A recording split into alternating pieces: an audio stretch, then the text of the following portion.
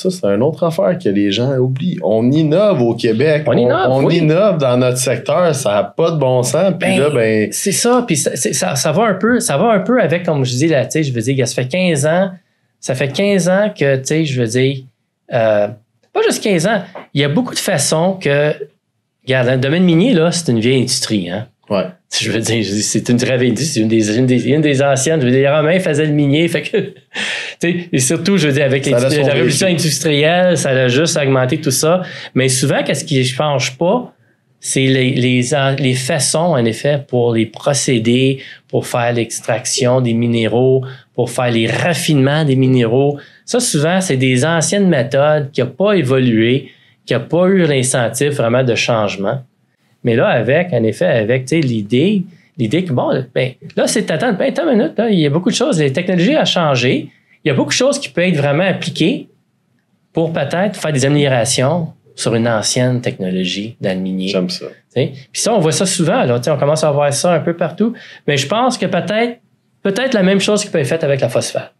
Fait qu'il y a deux choses, il y a deux créneaux là-dedans. Bon, explorer les propriétés qu'on a acquis, okay, pour voir si on a vraiment un gisement de phosphate qui peut être intéressant, faire l'évaluation, et aussi la valeur ajoutée. Est-ce que les gisements qu'on aurait, est-ce qu'on pourrait faire une valeur ajoutée avec un procédé? Est-ce qu'on peut améliorer les anciens procédés avec de nouvelles technologies? C'est ce qu'on veut savoir.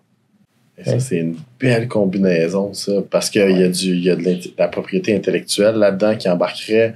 Tu sais, puis je dois dire, moi, je t'ai texté cette semaine pour te dire, Tesla a annoncé que le Model 3 est vendu plus que la Toyota Corolla. Ouais. Et étrangement, Tesla se lance dans le type de batterie qui utilise le phosphate, dont tu as acquis énormément de claims miniers. T'as raison, je pense. La 3, c'est le lithium, la batterie lithium phosphate. Exact. Puis je pense que vraiment, c'est un très bon move d'avoir fait ça, parce que c'est très logique d'avoir plusieurs gammes de batteries. C'est pour les gens qui ont des roulottes ou les gens qui ont des bateaux, il y a plusieurs types de batteries. On parle de la batterie à l'acide, après ça, de la batterie AGM et évidemment, les batteries lithium-phosphate. Et c'est très logique qu'on veut qu'on veut amener ce type de modèle d'affaires-là dans les véhicules électriques. Alors, moi, je trouve que c'est brillant, c'est une belle façon de faire. De toute façon, on essaie de faire la transition de tout ce qui était batterie à acide et AGM. On essaie de tasser ça pour que le nouveau standard devienne la batterie dont tu utilises le phosphate. Ouais.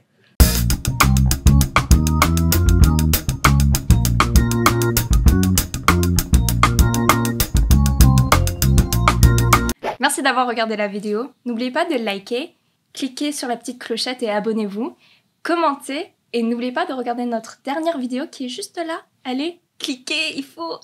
Et on vous voit à la prochaine. Bye bye.